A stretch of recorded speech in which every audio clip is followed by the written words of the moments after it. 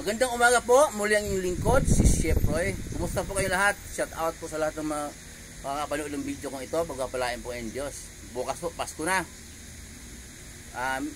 Minsan po yung mga post ko nakaraan, lagi pong binabanggit na wala po tayong mababasa sa Bible na tatlong hari.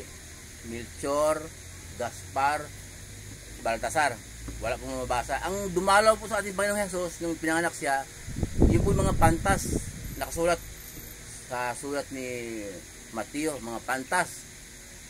Sa ibang salin po ng Bible ay mga matatalinong tao. Sa English po ay wise men. Kaya po nagulat na napag-isip ako na bakit sinabi nila na tatlong hari ang dumalaw kay Jesus. Ngayon po, yung pong mga nangyayari na sa dumarating na panahon, tulad nung yun po yung sinasabi na ng mga propeta, sinabi ng Diyos sa pamamagitan ng mga propeta. Gaya po noong maglilihi si Maria, maglilihi ang isang dalaga at mga anak ng sanggol na lalaki. Yun, sinabi ng propeta yun bago pa man ipinanganak ating Panginoon Jesus. At sinabi din ng mga propeta na sa Bethlehem ipapanganak ang Kristong tagapagligtas, na doon pa nung Old Testament. At ito pong si John the Baptist, sinabi po ni Propetang Isaias, ito ang tinig ng lalaking sumisigaw sa ilang, magsisi na kayo, talikuran ng inyong mga kasalanan dahil malapit nang dumating ang kaharian ng langit. Yan po. So may sinabi po sa Old Testament pala sa mga darating na panahon. Kaya may babasahin po ang inyong lingkod sa Old Testament po, sa Isaiah 61 hanggang 3. Pakinggan po niyo, napakaganda po nito. Bumangon ka, Jerusalem, at sumikat na tulad ng araw. Liliwanag ka ng kaluwalhatian ng Diyos. Mababalot ng kadiliman ang daigdig, ngunit ikaw ay liliwanagan ng Diyos at mapupuspos ka ng kanyang kaluwalhatian. Ang mga bansa ay lalapit sa iyong liwanag at ang mga hari ay pupunta sa iyong ningning ng iyong pagsikat. Yun po.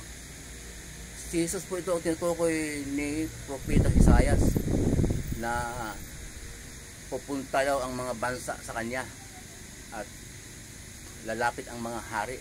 So, pero walang nakalagay po sa Bible, walang mabasa na tatlong hari ang dumalaw sa ating Panginoong Jesus. Pero baka may ibang hari na dumalaw bukod pa sa mga pantas na hindi na isulat sa Bible. Pero wag po tayong maguguluhan.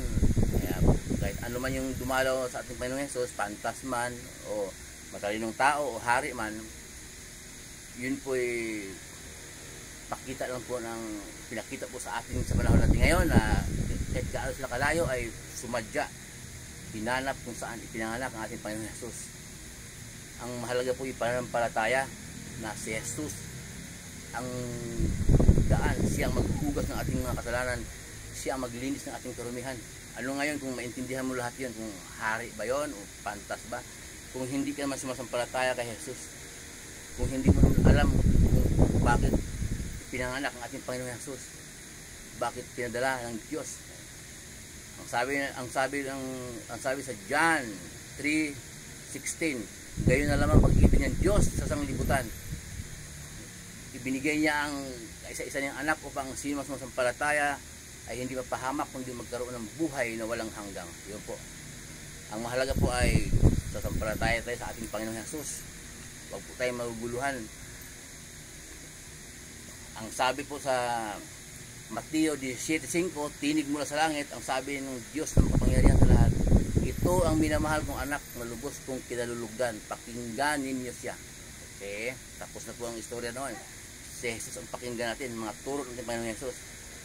Kaya huwag po tayong maguguluhan kung ano man yun, pantas man yun, matalino ba yung tao o mga hari ba yun. Mahalaga po pananampalataya natin sa ating Panginoon Jesus. Yung turo ng ating Panginoon Jesus ang ating sundin araw-araw.